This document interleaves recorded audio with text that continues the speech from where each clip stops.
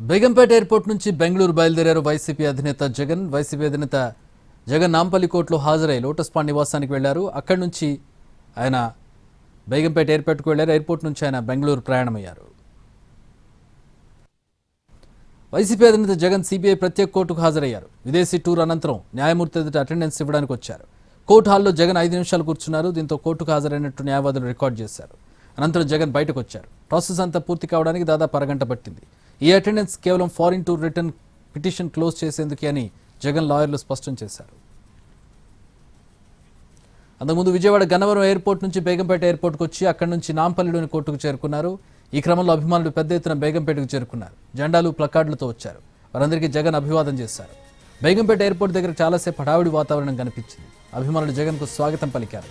దారి వెంట కదులుతూ నినాదాలతో హోరెత్తించారు. ర్యాలీగా నాంపల్లి కోర్టుకు చేరుకున్నారు.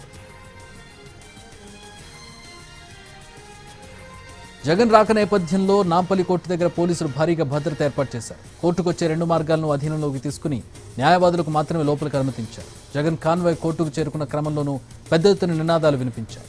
కోర్టు దగ్గరికి వైసీపీ ముఖ్య నేతలు కూడా వచ్చారు. కోర్టులో ప్రక్రియ ముగిసిన అనంతరం వైఎస్ జగన్ నేరుగా లోటస్ పాండ్కు వచ్చారు. అక్కడ కూడా అభిమానులు పెద్ద ఎత్తున తరలి వచ్చారు.